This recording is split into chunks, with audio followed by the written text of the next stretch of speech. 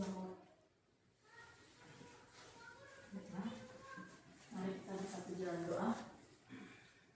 Puji dan syukur serta terima kasih Tuhan pada pelajaranmu atas segala berkat yang senantiasa menyertai kami sehingga kami boleh berkumpul di tempat ini dalam keadaan sehat walafiat. Sehingga kami akan mendengarkan proses diseminasi kebaikan yang diberikan dengan program Guru Penggerak ya Tuhan.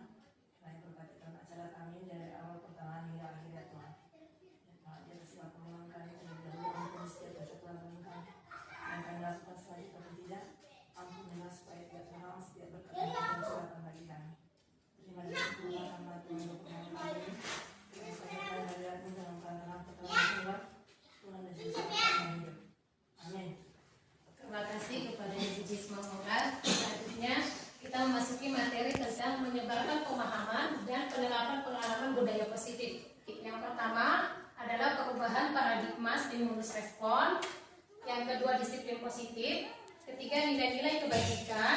Keempat kebutuhan dasar manusia. Kelima motivasi perilaku manusia. Keenam posisi kontrol guru. Ketujuh keyakinan kelas. Dan yang terakhir segitiga restitusi.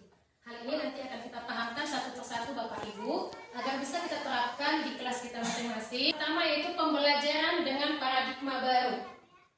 Pembelajaran dengan paradigma baru adalah pembelajaran yang dirancang berdasarkan prinsip pembelajaran berdiferensiasi sehingga para peserta didik belajar sesuai dengan kebutuhannya dan berdasarkan tahap perkembangannya untuk mewujudkan profil pelajar Pancasila.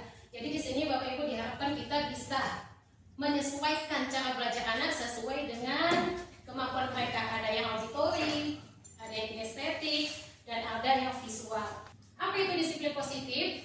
Disiplin positif merupakan salah satu cara untuk menerapkan disiplin dengan tujuan untuk menumbuhkan kesadaran serta memberdayakan peserta didik tanpa imbalan, penghargaan atau reward, ancaman atau hukuman. Namun pada kenyataannya Bapak Ibu, selama ini kita sudah berbuat banyak kesalahan.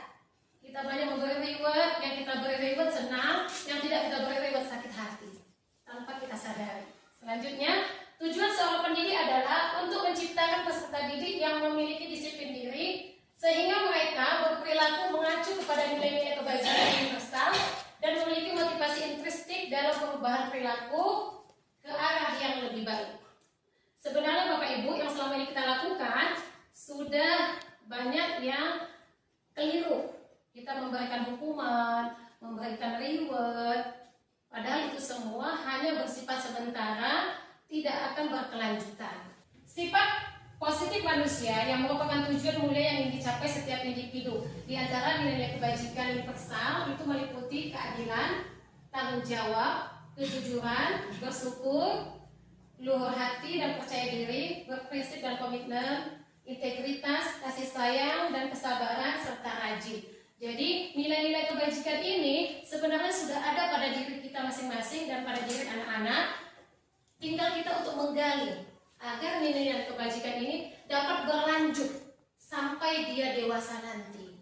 Perlu kita ingatkan, kita kembangkan kebutuhan dasar manusia. Sebenarnya manusia itu memiliki kebutuhan dasar, kebutuhan yang sangat mendasar. Pada diri anak kita juga terdapat kebutuhan yang sangat mendasar. Kebutuhan dasar manusia adalah sesuatu yang kita lakukan untuk mendapatkan apa yang kita inginkan. Seluruh tindakan yang kita lakukan memiliki tujuan tertentu dan semua usaha terbaik yang kita lakukan dalam rangka agar kebutuhan dasar kita terpenuhi dengan baik. Selama ini Bapak Ibu, kita mengharapkan kebutuhan dasar kita itu terpenuhi. Kebutuhan dasar manusia itu ada 5. Yang pertama bertahan hidup. Apapun kita lakukan agar kita tetap bertahan hidup. Lalu kebutuhan cinta dan kasih sayang, kebutuhan kebebasan, kebutuhan kesenangan dan kebutuhan kekuasaan. Inilah yang perlu kita perhatikan kepada anak didik kita Bapak Ibu sekalian. Anak itu butuh bertahan hidup. Bagaimana cara kita membuat mereka semangat hidup, semangat dalam belajar, membuat mereka terpenuhi cinta kasih sayangnya. Karena kita harus mengetahui latar belakang anak didik kita. Mungkin mereka di rumah tertekan, sehingga di kelas kita harus memberikan cinta dan kasih sayang sehingga anak berkembang sesuai dengan bakat dan minatnya masing-masing. Lalu kita beri kebebasan, walaupun dibilang kebebasan, tapi kebebasan yang beraturan. Lalu kesenangan, anak juga butuh kesenangan, maka kita buat ice breaking, kita buat permainan dalam pembelajaran. Lalu anak juga butuh kekuasaan, kita beri mereka kepercayaan, misalnya memimpin doa, menjadi ketua kelas sehari, itu kita memberikan dia kekuasaan terhadap dirinya. Motivasi perilaku manusia. Di dalam hidupnya, manusia itu memiliki dua motivasi. Ada motivasi ekstrinsik, yaitu yang meliputi untuk menghindari ketidaknyamanan atau hukuman. Ada anak-anak, biar nggak dihukum, apa yang saya lakukan? Cuma hanya sekedar nggak dihukum, maka mengerjakan tugas asal jadi saja, yang penting nggak dihukum. Yang kedua, untuk mendapatkan imbalan. Ada anak berbuat kebaikan hanya mengharapkan imbalan, mengerjakan PR hanya mengharapkan imbalan. Nilai-nilai yang tinggi itu kan imbalan Bapak Ibu. Jadi kalau motivasi intrinsic kita tanamkan terus-menerus, itu tidak akan bertahan lama, karena dia motivasinya hanya dari luar, dari dalam dirinya tidak ada. Sebenarnya yang harus kita tanamkan adalah motivasi intrinsik.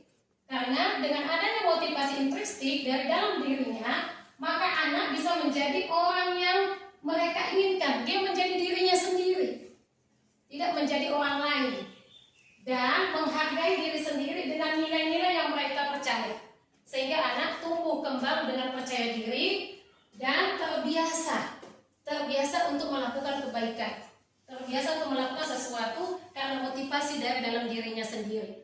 Bukan hanya sekedar motivasi yang diberikan oleh ibu guru, orang tua, atau iming-iming imbalan atau penghargaan. Kontrol yang pertama adalah penghukum, yang kedua sebagai pembuat merasa bersalah, yang ketiga sebagai teman, yang keempat pemantau, kelima manajer. Posisi penghukum ini sudah biasa kita lakukan. Ternyata posisi penghukum adalah posisi yang tidak baik, tidak benar yang selama ini kita lakukan. Karena posisi penghukum akan menimbulkan efek dendam kepada anak-anak, menimbulkan rasa sakit hati di dalam diri anak. Lalu sebagai pembuat rasa bersalah, seringkali kita bilang, nggak kasihan ya sama orang tuanya, kamu kok malas belajar, nggak kasihan ya. Itu kita memberikan namanya pembuat merasa bersalah. Lalu sebagai teman, ternyata sebagai teman juga kurang efektif untuk memberikan sanksi atau memberikan kesepakatan kepada anak. Lalu sebagai pemantau juga kurang efektif. Sebagai guru kita diharapkan menjadi manajer. Kita gali dulu bagaimana akar masalahnya, lalu apa solusinya. Lalu kita tanyakan keyakinan kelas mana yang sudah dilanggar, yang tidak dilakukan anak. Kita hanya bertanya, anak sendiri yang menjawab, anak sendiri yang mengakui kesalahannya. Bukan kau seperti ini, kau seperti ini, tidak. Dia sendiri yang mengakui kesalahannya, sehingga menimbulkan motivasi intrinsik dalam diri anak. Kalau dia yang pertama, ayo dong bantu ibu bapak sekali ini ya. Tidak apa-apa, lain kali jangan seperti ini lagi ya. Nah, ini seperti ini contoh. Kalau dia sebagai teman, posisi sebagai teman yang pertama ibu. Kalau dia yang pertama, ini sebagai penghukum. Tiba anak salah, hormat bendera. Tiba anak salah, jongkok. Itu kita sebagai penghukum. Kalau dia yang ketiga, nah, ini dia membuat merasa bersalah. Pembuat merasa bersalah. Berapa kali ibu bapak harus memberitahu kamu selalu saja mengecewakan ibu bapak. Kita membuat anak merasa bersalah, merasa tertekan. Kalau dia yang ini, kamu sudah melanggar peraturan sekolah, kamu tahu konsekuensinya setelah upacara ini sebagai pemantau. Kalau yang terakhir, inilah yang diharapkan untuk kita sebagai manajer. Kita tanya dulu, apakah kamu tahu kesalahanmu? Kita hanya bertanya, bukan kita yang menjudge. Kamu seperti ini, kamu seperti ini. Tidak. Kita yang bertanya. Kamu tahu nggak, nak, apa kesalahan? Kamu tahu nggak kenapa saya panggil hari ini? Kita yang bertanya. Dia mengakui kesalahannya sendiri. Lalu dia tahu juga bagaimana cara memperbaiki kesalahan yang dia lakukan. Inilah posisi yang paling tepat yang harus kita lakukan sebagai guru. Saya juga tadinya banyak berinteraksi di yang 4. Kalau di yang ini mungkin saya baru belajar setelah guru penggerak ini. Disinilah saya baru mengetahui, saya menyadari bahwa banyak sekali kesalahan saya selama ini. Banyak sekali saya menyakiti anak-anak didik saya tanpa saya sadari, karena selama ini saya meyakini bahwa yang saya buat sebagai penghukum sudah saya lakukan, sebagai pembuat merasa bersalah sudah sering saya lakukan, sebagai teman juga sudah sering saya lakukan, pemantau juga. Tapi kalau sebagai manajer, barulah saya sekarang mengerti dan hampir menetes air mata saya. Berarti selama ini saya adalah orang atau guru yang kurang tepat, atau guru yang kurang memahami bagaimana mengatasi peserta didik. Pada keyakinan kelas. Mengapa keyakinan kelas bukan peraturan kelas? Ini saya tanyakan kepada anak-anak tadi, kenapa sih kita berkeyakinan kelas bukan peraturan kelas? Karena kalau dia keyakinan, berarti kita sepakati bersama, kita membuatnya bersama. Tapi kalau peraturan bisa dibuat hanya satu orang, bisa dibuat hanya 2 orang, dan yang namanya peraturan pasti ujung-ujungnya sanksi. Tapi kalau dia keyakinan, ujung-ujungnya adalah solusi. Jadi mulai hari ini Bapak Ibu, saya harapkan kita semua di setiap kelas mulai membuat keyakinan kelas. Buat saja keyakinan kelas yang mudah diingat anak, dan jangan terlalu banyak dan menggunakan kata-kata yang positif. Tadi sudah saya mulai dengan anak-anak yang di asesmen, dan hasilnya mereka jadi lebih tertarik. Jadi mengingat apa sih kesepakatan yang mereka buat. Kita bisa membuat keyakinan sekelas dengan bentuk seperti ini Bapak Ibu, bersifat abstrak keyakinannya, lalu berupa pernyataan universal, dalam pernyataannya bersifat positif dan tak usah terlalu banyak, sedikit dan mudah diingat. Lalu disesuaikan dengan kondisi kelas, karena kondisi kelas 1 dengan kelas 2 itu berbeda, dengan kelas tinggi juga berbeda. Kita sesuaikan dengan kondisi kelas kita, dan bisa juga disesuaikan dengan kondisi sekolah kita. Lalu semua warga kelas atau warga sekolah juga dilibatkan, jangan hanya beberapa orang anak saja. Maka kita bisa beri positif Bapak Ibu ke anak, semua anak kita kasih. Apa sih? Nggak apa-apa mereka pertama menggunakan tidak mencoret-coret. Nanti kita yang membimbing. Mana lebih baik kata positifnya? Kalau tidak mencoret-coret, dengan menjaga kebersihan dan keindahan kelas. Kita gunakan dengan bahasa yang positif. Setelah mereka menempelkan hasil yang mereka tuliskan tentang keyakinan kelas, lalu kita kelompokkan mana keyakinan yang sama, kita pilah-pilah mana yang sama, lalu kita ubah dengan mengajak mereka berdiskusi, mengubahnya dengan menggunakan kalimat-kalimat yang positif. Lalu kita pajangkanlah Bapak Ibu, kita buat kreasi kita masing-masing, kita pajangkan di dinding kelas dengan tulisan yang besar, karena anak kita SD, tulisan yang besar, biar dari sudut pandang jauh mereka bisa melihat, oh ini keyakinan kelas yang harus saya jalankan, oh ini keyakinan kelas yang sudah saya langgar, solusinya bagaimana? Seperti institusi. Tadi kita sudah membuat keyakinan kelas. Walaupun kita buat keyakinan kelas atau kesepakatan kelas, bukan berarti semua anak bisa melaksanakannya dengan baik dan benar. Pasti ada 1-2 orang anak yang lalai. Sama seperti kita ibu bapak, kita juga kadang-kadang lalai, sehingga kita harus mengingatkan. Namun cara mengingatkannya kita menggunakan yang namanya segitiga restitusi. Apa itu segitiga restitusi? Ya, segitiga restitusi adalah proses dialog yang dijalankan oleh guru agar dapat menghasilkan murid yang mandiri dan bertanggung jawab. Maka di segitiga restitusi ada 3 tahapan. Tahapan yang pertama, menstabilkan identitas. Misalnya anak-anak berbuat salah. Misalnya ada murid saya yang terlambat. Maka saya panggil. Begitu saya panggil, saya tanya, kamu tahu nak, kenapa ibu panggil ke sini? Biar anak itu sendiri menyadari apa kesalahannya. Dan kita kalau bisa membuat restitusi jangan di hadapan orang banyak. Itu membuat dia dipermalukan. Kita panggil sendiri. Jangan di hadapan orang banyak. Kita panggil sendiri. Kamu tahu nak kenapa ibu panggil? Nanti dia mengakui. Dengan kita ajak dia diskusi, secara nggak langsung dia mengakui sendiri. Mungkin lebih dari pengakuan itu diucapkannya. Tadi saya di rumah seperti ini bu, seperti ini bu. Lalu kita tenangkan dia. Kita buat validasi tindakannya. Memang wajar kamu berbuat salah, karena tidak ada manusia yang tidak pernah berbuat salah. Tapi kalau terus-menerus kita berbuat salah, berarti kita tidak menyadari kesalahan. Maka kita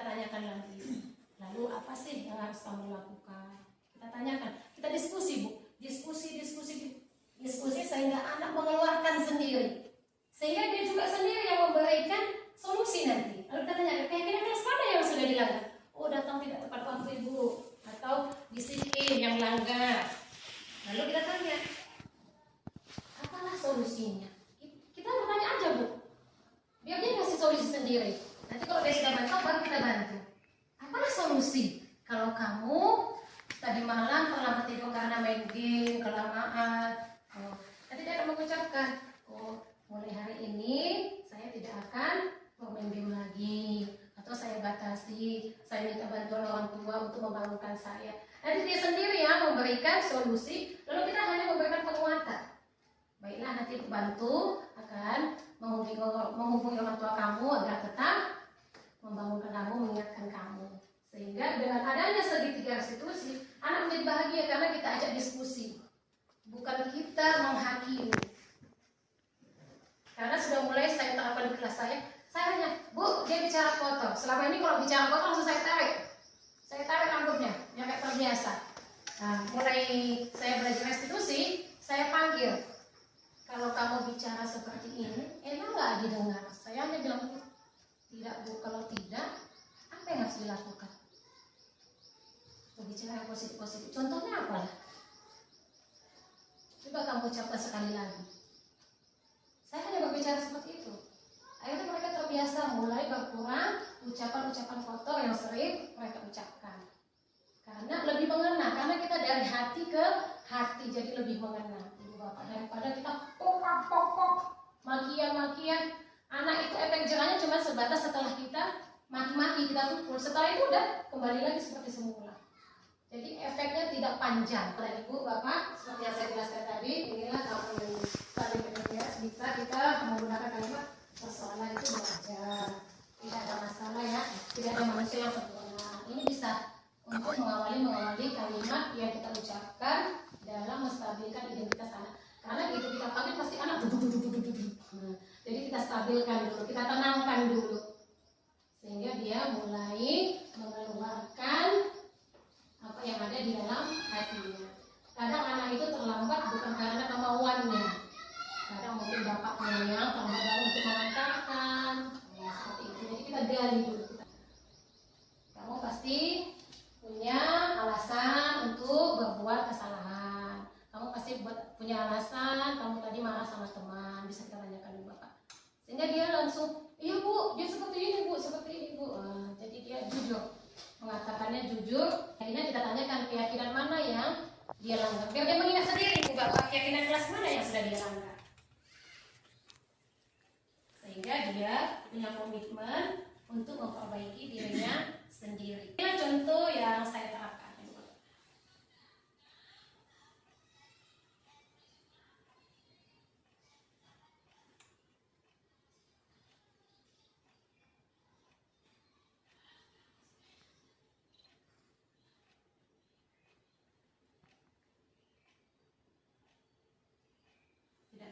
Dalam penerapan program disiplin positif, hendaknya guru memiliki standar kepribadian profesional dan sosial yang baik, di mana guru mampu merefleksi dirinya dalam posisi kontrol saat ini, bagaimana perjalanan dirinya sebagai among, kita sebagai among, sehingga kita bisa memahami kodrat alam dan kodrat zaman anak, tidak lagi menuntut tapi menuntun. Itulah yang diharapkan pada Merdeka Belajar. Semoga apa yang saya sampaikan bermanfaat, dan sekali lagi saya ucapkan terima kasih kepada ibu bapak sekalian, terkhusus kepada ibu kepala sekolah yang memberikan waktu dan kesempatan kepada saya. Terima kasih.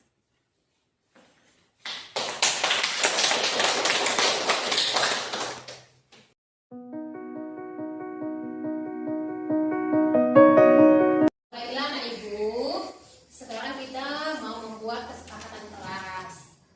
Anak ibu tahu apa itu kesepakatan kelas?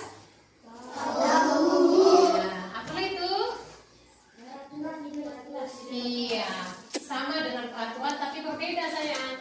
Kalau dia kesepakatan, berarti itu yang sudah kita sepakati bersama dan akan kita jalankan dengan sepenuh hati, dengan rasa yang senang tanpa ada tertekan atau ketakutan. Beda dengan peraturan. Kalau dia peraturan bisa ditetapkan oleh satu orang saja, bisa. 2 orang saja. Dan biasanya kalau peraturan kalau tidak ditaati maka dapat sanksi, dapat hukuman. Kalau dapat hukuman bagaimana hatimu? Sedih. Makanya sekarang kita nggak buat peraturan tapi buat keyakinan atau kesepakatan kelas. Jadi nanti anak ibu buat tuliskan sesuai dengan di hatimu kamu mau apa yang ada di kelas kita ini kesepakatannya ya. Nanti ibu bagi satu-satu post-itnya, tuliskan. Setelah kamu tulis, buat namamu di bawahnya, lalu tempelkan di kertas yang ibu sediakan di depan. Tempelkan saja, nanti ibu yang memilah atau mengidentifikasi mana yang sama, biar kita tahu apa kesepakatannya kelas ya. Kita akan jalan. Oke, ibu bagi ya. Boleh pakai pulpen, boleh pakai kisah Anda. Silakan mulai. Yang sudah dapat tuliskan lalu letakkan ke depan. Yang di hatimu saja. Hatimu kan beda dengan hati kawanmu kan? Nah, itu kan pilih kawannya. Satu saja, cukup satu aja.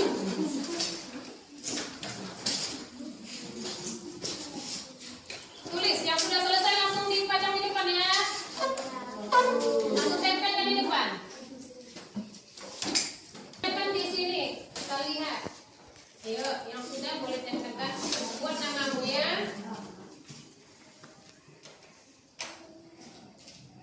Silakan. Di mana aja letakkan rapi, letakkan ya rapi ya. Susun rapi biar muat semuanya. Ya, oke. Ya, ditekan biar lengket. Tekan biar lengket. Tekan gini ya.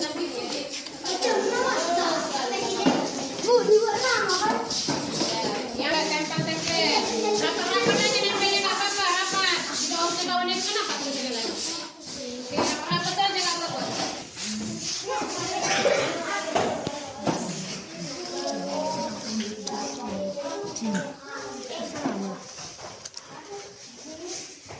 Kesepakatan kelas yang sudah kamu buat. Sekarang ibu identifikasi ya mana yang sama ya. Mana yang sama ibu identifikasikan. Ini tunjuk tangan kalau ingin berbicara. Berbicara dengan sopan. Kalau bicara dengan sopan ini tunjuk tangan. Tertib di dalam kelas. Ini berbicara dengan sopan. Ini sama ya. Yang sama kita nggak apa-apa sama. Ini sama. Kita cari yang sama. Kita cari lagi. Mau mengerjakan PR setiap hari, tidak cakap kotor. Ini sama dengan berbicara dengan sopan ya. Kita samakan. Harus apa ini? Harus menaati kesepakatan kelas dan tidak melanggar. Mau mengerjakan PR. Yang lain dengar, perhatikan biar kita samakan. Tidak membuli. Tidak membuli. Ini tidak pacaran. Ada juga tidak aja yang pacaran di sini. Ada yang buat tidak pacaran. Ada yang pacaran di sini. Ada apa yang jadi itu? Berarti banyak pacarnya itu. Iya, tidak mencuri barang. Melaksanakan piket kelas. Maka kita pilih yang mana kita pakai ya. Aku nggak boleh tidak tuh. Makanya kita ganti bahasanya. Kita membuat kesepakatan bahasa yang positif, menggunakan bahasa yang positif. Jadi nggak ada kata tidak, nggak ada kata jangan, ya. Jadi kita pilih. Nanti bahasa yang seperti ini kita ganti. Kita ganti dengan bahasa yang positif, yang kata-kata tidak. Berarti yang kita pakai pertama melaksanakan piket kelas. Melaksanakan piket kelas. Ini yang pertama kita ambil. Berarti kita buat dulu dia di sini ya. Kita buat dulu di sini. Melaksanakan piket kelas. Baru berbicara dengan sopan. Ini kita ambil. Kita ambil satu. Kita letakkan di sini biar jadi kesepakatan kelas kita. Ini terbalik ya, terbalik meletakkannya ya. Terbalik menulisnya. Yang di labnya ditulis. Oke. Baru kita cari lagi tertib di dalam kelas. Iya, bagus. Tertib di dalam kelas. Tidak bermain itu artinya tertib di dalam kelas. Sudah sama. Tidak boleh berkelahi, berarti saling menyayangi dan menghargai. Saling menyayangi dan menghargai. Baru saling berbagi. Sama itu, sama saling tolong menolong, saling berbagi kepada teman. Bagus. Baru tertib di dalam kelas sama dengan ini. Tidak mengganggu teman, itu saling menyayangi dan menghargai. Lagi tertib di kelas udah. Tidak membuang kertas.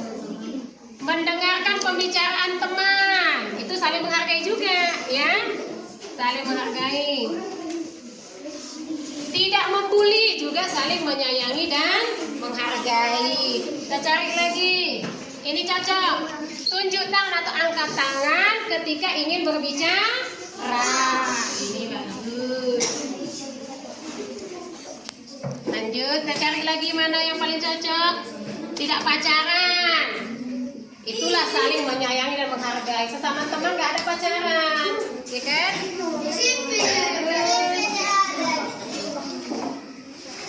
Mengerjakan PR, katanya. Mengerjakan PR. Itu juga termasuk disiplin tertib, ya. Mengerjakan PR, katanya. Melaksanakan piket. Terus cari satu lagi mana? Ini membuli sama berbicara, jangan memotong pembicaraan. Itu namanya saling menghargai. Tertib, mendengarkan pembicaraan, menghargai. Udah. Berarti kesepakatan kelas yang kita dapat apa? Ada berapa? 7. Ada 7 kesepakatan kelas yang kita dapat hari ini. Kalau sudah kita dapat 7 kesepakatan kelas, apa yang harus kita lakukan? Iya, dengan sepenuh hati. Bisa dilaksanakan dengan sepenuh hati? Siapa yang bisa? Ibu mau lihat dulu. Siapa yang bisa melaksanakan dengan sepenuh hati? Oke, sekarang kita baca sama-sama atau ikuti yang ibu ucapkan apa kesepakatan kelas yang sudah kita buat. Yang pertama, berbicara dengan sopan.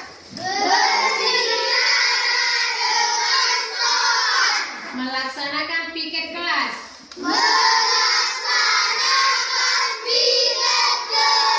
Tertib di dalam kelas. Saling menyayangi dan menghargai.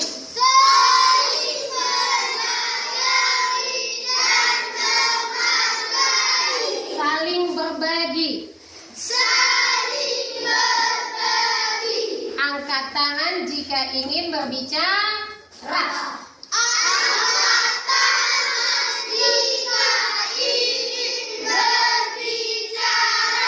Mengerjakan PR tepat waktu.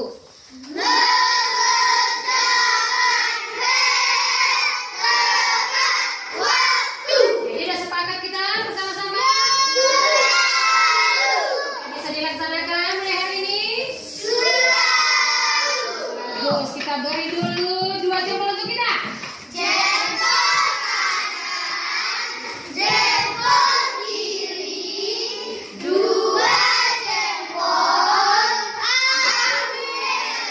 Nanti ini ibu akan pindahkan ke bentuk-bentuk yang lebih menarik, akan kita pajang di depan dinding kita yang paling depan. Kalau begini kan kurang menarik kan? Nanti kita buat bentuk yang lebih menarik. Oke, terima kasih atas kerjasama ibu. Semoga kita bisa melaksanakan bersama.